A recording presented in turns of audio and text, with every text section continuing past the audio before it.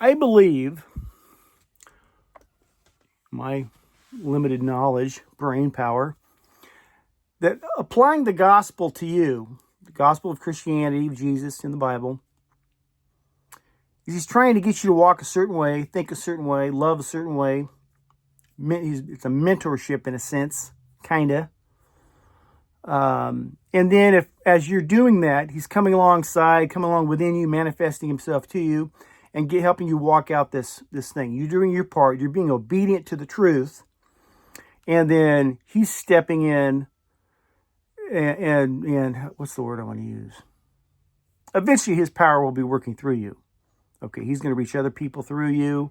He's going to assist you, kind of thing. It's when we talk about, Jesus, you, Holy Spirit, all, he's going to get you to this. Okay, unified in spirit, unity of spirit. Okay, I think that's our personal goal. Should be our personal goal.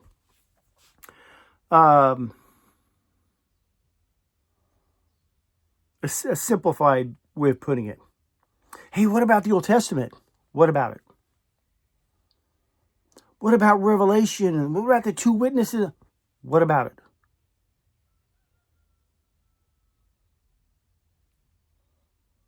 What about this end time ceremony? What do you do that? You can try to figure it out on your own. Speculate. I've done it. Read books about this stuff. You can speculate and study it, and put in time and energy, and not be any closer. You could actually be further away from spiritual unity than before you started. Okay? You want to be as one.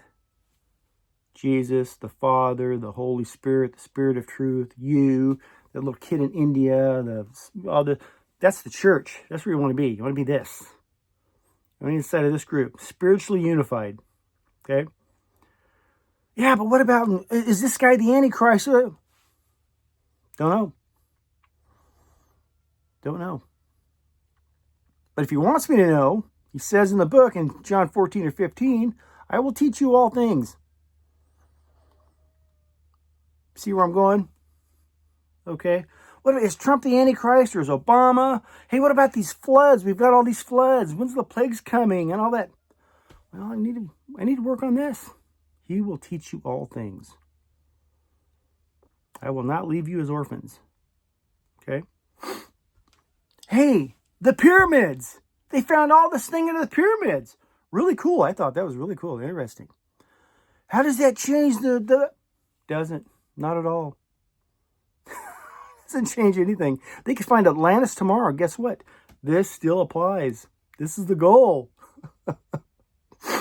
Okay, this is the goal. But does that change what Jesus meant?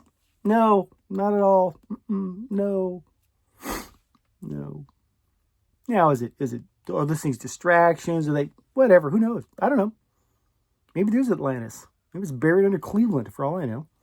Not concerned. This is what my concern is. See, they found a thing. Did a thing on Alex Jones did a thing on the pyramids yesterday. Very interesting. I thought, hey, this is cool. What is this? The Old Testament speaks briefly. It is long about some things, but not a lot. But there are peoples, empires, you might say, that are mentioned, or tribes, large groups, massive wealth, massive warrior status, armies, and this and that and everything. But it really doesn't give us a lot of detail about them. Hey, you got the Chaldeans and the Ites and the Eans and the Ites and Eans and Hames and all this kind of stuff. All right? In my opinion, I could be wrong. There were vast societies, vast civilizations going on during the Old Testament. Okay? They're probably doing all kinds of wild stuff. Look at the Egyptians. Look at what we know about the Egyptians. And we're just scratching the surface on those people.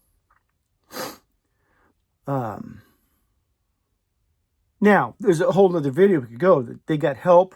Is there help going? Did man have help from something else? Yeah, in a way. I think if you look at Genesis, I believe there's two creations in Genesis. You got the spiritual realm, and then you got the humankind like us. And they state in Genesis 6 how this group helped, came with got involved with man. So there was two groups. We know that. There was two groups. There was one that created this Nephilim bunch. So you had two groups going on. Maybe they had a nice little construction operation. They'd like to build pyramids. Who knows? Possible. Now, is that somehow going to change my... Okay, only if I doubt. Okay, why does that have anything to do with me? I find it very interesting. Okay, but all of a sudden, wait a minute. Does this mean I'll have to do Matthew 5? Or spiritual unity. You want to be unified with Christ through the Holy Spirit. That's the goal. Believe it or not, that's the goal. Yeah, but what about the this or the that or who's the Antichrist? Who's the two-way? Nothing to do with nothing. He will teach you all things. I can throw all kinds of stuff at you. I got all kinds of wild theories. Probably none of them are true. They're interesting. But as we get closer, further on down the line, speculation will become greater and all this kind of stuff. There'll be distractions, whatever the case is. And once again, remember, the Bible is typically speaking to the Christian. It doesn't speak to the world. It says things about the world. The world may do this, that, or the other. But all these things going on, all these things, especially in like Revelation, where they talk about the all the accusations being made and judgments and all this. It's about the church. We can say, oh my gosh, the governments are doing this, that. It's the church. Okay. But I could be wrong. Does it change this? Nope. Spiritually unified with God, Jesus, the Spirit of truth through the Holy Spirit. That's our goal. He will teach you all things. This is why every time something will come up, occasionally like there was one on Revelation about something that Christians have wrong. Christians have most everything wrong. We can't help it. We're humans. But something Christian, and I watched it, and it's so hard for me to watch because I understand. Okay? It's like, this poor guy, he's a great theory, a lot of views, very interesting. Throw some, voodoo crazy stuff in there, makes it entertaining. But like I said, you can get lost in a lot of things and get you further from this than closer. That's the risk. Okay? If we try to walk out what Jesus is commanding us to do, he will come alongside, and I hate to use the thing alongside. He says, I will come and live within you. Okay? But if we try to walk this thing out best we can, we're going to be assisted, okay, and give him the opportunity to work his power through us reaching other people. Okay? It's multi-level marketing at its finest. So that's the goal, because we want to be spiritually unified where we can now be of use. Spread the gospel. Does that mean you got to be out on the street, standing on a soapbox, telling all these sinners they're going to hell? Not unless he told you to. Okay? And now it's so many things that we do because we think this is what I'm going to do, and I'm going to do this, this, and this. That's the me thing. That's the ego or whatever in me.